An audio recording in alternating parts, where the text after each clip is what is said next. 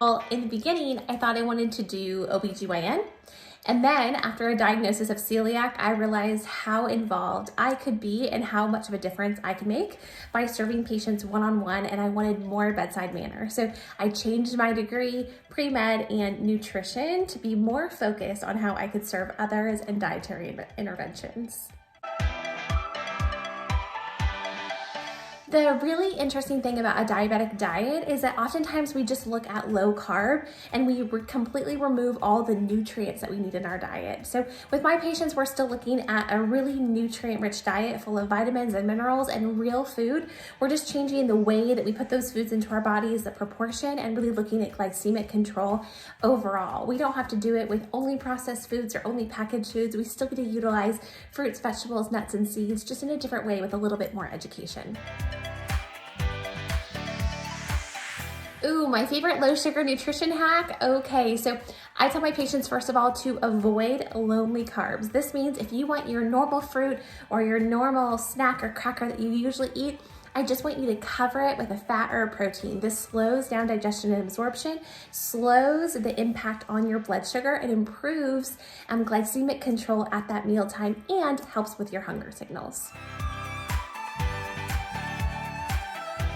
Something every person should know when they're starting a low sugar diet. One is that sugar is not the only thing that raises your blood sugar. When we look at sugar, we really want to look at carbohydrate because we see that starches, milk, fruit, fructose, and lactose, those other things besides just sugar, cane sugar, can also raise our blood sugar. And companies are so strategic now about utilizing sneaky words other than sugar to convince us that it's not sugar, but it is.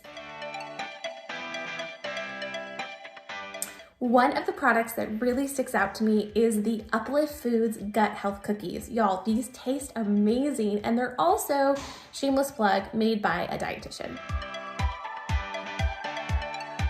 My favorite gluten-free nutrition hack is to remember that just because you're eating gluten-free doesn't mean that you have to eat something that says gluten-free on the label. Stick to the perimeter of the grocery store. That sounds so simple, but fruits, vegetables, nuts, seeds, meats, and eggs, all those things are naturally gluten-free. My advice for someone just starting on a gluten-free diet is very similar to the last question. I still want you to focus on real foods. Think about the addition of foods that you're adding to your diet, that you can add to your diet, and not focusing on the foods that you have to restrict and avoid. We can really focus on an addition mindset to make sure that we're still getting lots of variety within our diet. A favorite gluten-free dish or dessert of mine, I'm a big fan of coconut milk ice cream. It is my favorite go-to because I also have to avoid dairy. And the other one is gluten-free ginger snaps. I have a really hard time finding these, but when I do, man, they are delicious.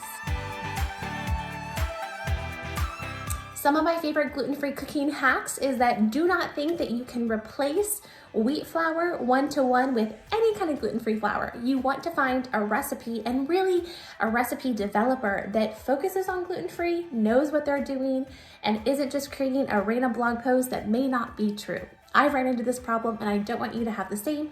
So some of my favorites online, I always look for like paleo or celiac or someone who knows what they're doing.